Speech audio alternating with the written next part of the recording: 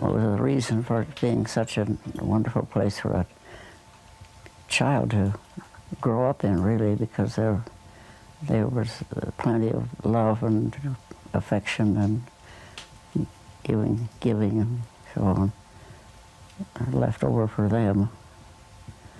And that was just all part of the whole strange network that was part of Fairbanks in those days.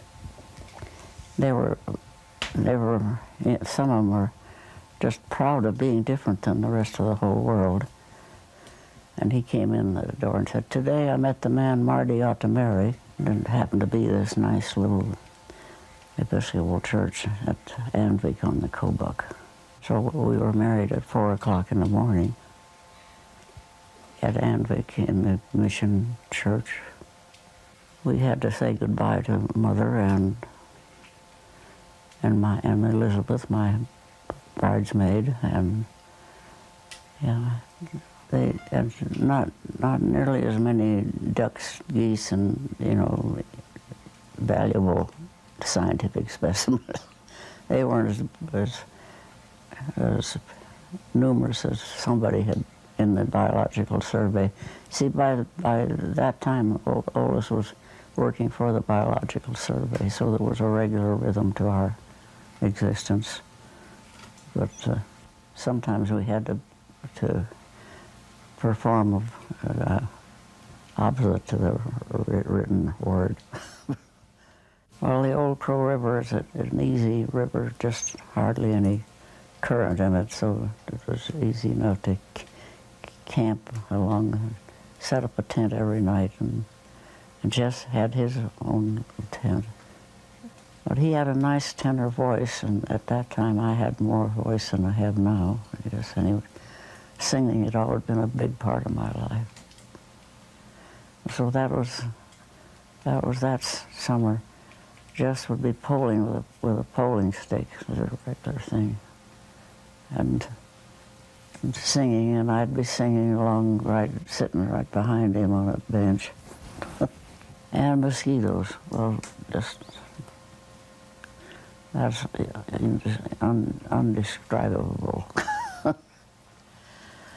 It's the most mosquito place in the world, I guess. But by that time, Martin was a little crawling around, and he just was having a wonderful time. Our first winter in Jackson Hole was really, it had a chance to be just very unpleasant. But to Otis and to me, that was all a very mysterious idea that you had to act in a certain way and this and that. That wasn't their idea of life day by day. It was a ticklish situation because they were so ridiculously hateful toward the people who would come into their valley, and it was their valley, and get out and leave us alone attitude. Local ladies were in the kitchen setting up the eats, and looked out, saw, oh, there's a bunch of those Park Service people, and why do they bother to come down here today? What do they want to bother with us for? I remember I stood back and just listened and looked, and I thought, mercy, this is no way for anybody to live at all. Dear. That's the way the sentiment was in this valley and in that time and in history.